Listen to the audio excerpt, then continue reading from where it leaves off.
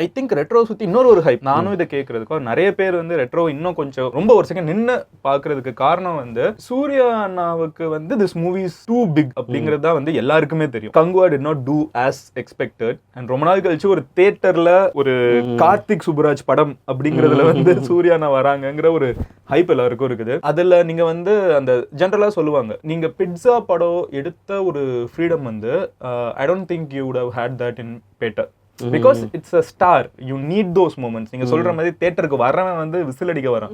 So ரெட்ரோல அதை எப்படி handle பண்றீங்க? இந்த மௌனம் பேசியதை வந்து நான் காலேஜ் படிச்சுட்டு இருந்த டைம் அது. ஸோ அப்போ வந்து அந்த காலேஜ் குரூப்ல இருக்கும் இல்லையா, அப்போ வேணா மதுரையில் உங்களுக்கு தெரியும் நிறைய பொண்ணுங்க கூட பேசுற குரூப் பேசாத குரூப்னு ஒன்று இருக்கும்ல. ஸோ அந்த நாளாக அந்த பேசாத குரூப் அவங்களுக்கு வந்து மௌனம் பேசியது வந்து ஒரு பைபிள் மாதிரி ஆச்சு.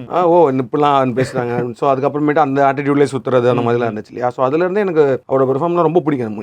நேருக்கு நேரிலே பிடிக்கும். பட் ஆனால் அந்த டைம் அப்புறம் நந்தா, அப்புறம் பிதாமகன், அப்புறம் வாரணம் ஆயிரம்லாம் பார்க்கும்போது ஸோ அவருக்குள்ள ஒரு பயங்கரமான performer who can take out any role அப்படின்ற அந்த ஒரு இது வந்துச்சு இல்லை. ஸோ அந்த ஒரு ஜோனுக்குள்ள ஒரு கதை ஒன்று பண்ணலாம் அப்படின்ற மாதிரி தான் பேசியிருந்தேன். இப்போ ஃபர்ஸ்ட் டைம் நான் வந்து சூர்யா சாரை மீட் பண்ணப்போ முன்னாடி ஒரு 2 years முன்னாடியே மீட் பண்ணோம். வேற ஒரு ஸ்கிரிப்ட் தட்ஸ் ஆல்சோ ஒரு பயங்கர ஜாலியான பட் ஆனால் அதே நேரத்தில் ஒரு பிகர் விஷனோட இருக்கிற ஒரு ஸ்கிரிப்ட் அது. And that required lot of time for pre production அந்த மாதிரி தான் இருந்துச்சு. ஸோ அதனால அதை நம்ம பண்ணலான்ற மாதிரி பேசிட்டே இருந்தோம். பட் ஆஃப்டர் XX திரும்ப ஒரு தடவை சாரை மீட் பண்ணப்போ லாஸ்ட் இயர்ல ஷூட்டிங் ஆரம்பிச்சு லாஸ்ட் இயர்க்குள்ளேயே முடிக்க முடிய மாதிரி ஏதாச்சும் ஸ்கிரிப்ட் இருக்குமான்ற மாதிரி டிஸ்கஸ் பண்ணப்போ ஐ ஹேட் திஸ் ஸ்டோரி விச் எனக்கு அது ரொம்ப ரொம்ப ஒரு பர்சனலாக ரொம்ப பிடிச்ச ஸ்டோரி. ஏன்னா வந்து எனக்கு வந்து லவ் ஸ்டோரி ஒன்று பண்ணணும் அப்படின்றது. லவ் ஸ்டோரினா நாட் லைக் ஆக்ஷன் இல்லாமல் கிடையாது, பட் தெர் இஸ் ஒரு ஆர்கானிக்காக அதுக்குள்ளே ஒரு ஆக்ஷனுக்கான நீட் இருக்கிற மாதிரி ஒரு ஸ்டோரி. அது முன்னாடி எனக்கு அந்த ஐடியா வந்ததுக்கப்புறமேட்டு I also return it and kept. So அந்த மாதிரி ஒரு ஜோன் வந்து பண்ணணுன்றப்போ எனக்கு சூர்யா சார் அப்படி கேட்டோன்னே அவர் வந்து எனக்கு பெர்ஃபெக்டாக இருந்துச்சு அந்த மாதிரி. ஏன்னா வந்து for him romance also will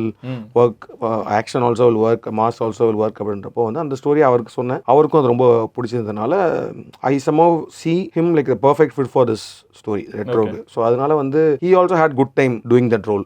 No pressures on like இது வந்து ஆடியன்ஸ் கனெக்ட் ஆகுமான்ற அந்த டவுட் இல்லாத மாதிரி ஒரு ஸ்டோரியாக இருக்குன்னு தான் நான் நினைக்கிறேன். Right away you will start liking the character. நம்ம தான் இப்போ சூர்யா சாரும் கரெக்டாக அந்த டைம் வந்தப்போ ஐ ஃபெல்ட் ஓகே முடிச்சது பண்ணலாம் அப்படின்ற மாதிரி போயிட்டு இருக்கு.